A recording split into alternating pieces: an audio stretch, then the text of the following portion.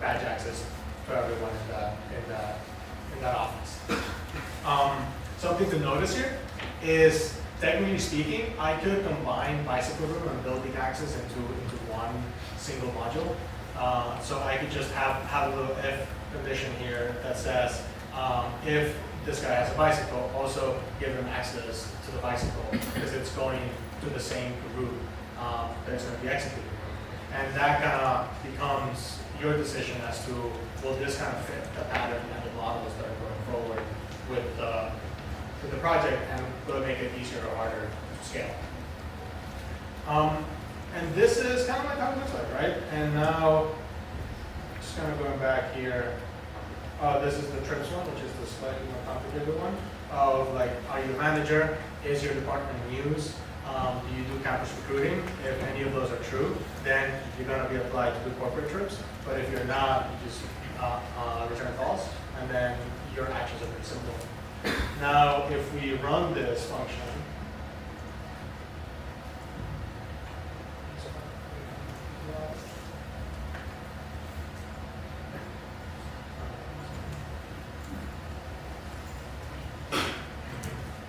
you'll see that we kind of got here each employee.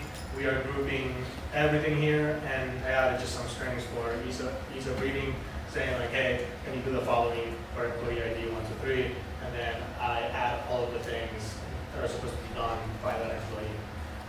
And when you're looking back at this service or library, whatever it is, how do you make sense of it, right? Well, you have a very clear entry point, and that's how you go into. And then if you're trying to understand the business rule, if your business comes to you and say like, hey, when do we create a .com email again? Then all you have to do is just go like, all right, .com, and then I'm saying like, oh, it only gets created for marketing guys. And so, boom, you have it. It's very easy to understand. It's very easy to maintain. Now let's say that this blows up to be like, okay, now we have hundreds of thousands of rules, and we need to maintain this at a bigger scale. How would you change this project to be that?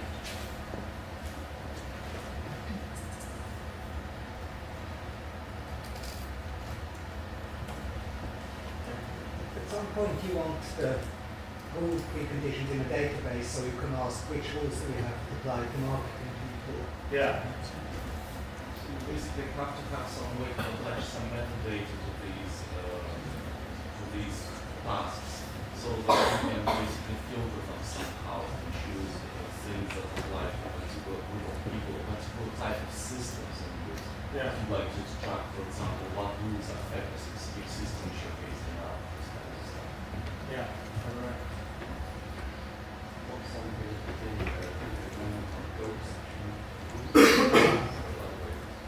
Yeah. So you need a UI. Now a little primer on how rule engines work. Anybody deal with rule engines in the past? No. Okay. So rule engines, business people love them. This is basically how do I program without being a programmer. And there's two parts to it. One, you have an object that you pass into it with a whole bunch of state. Sound familiar?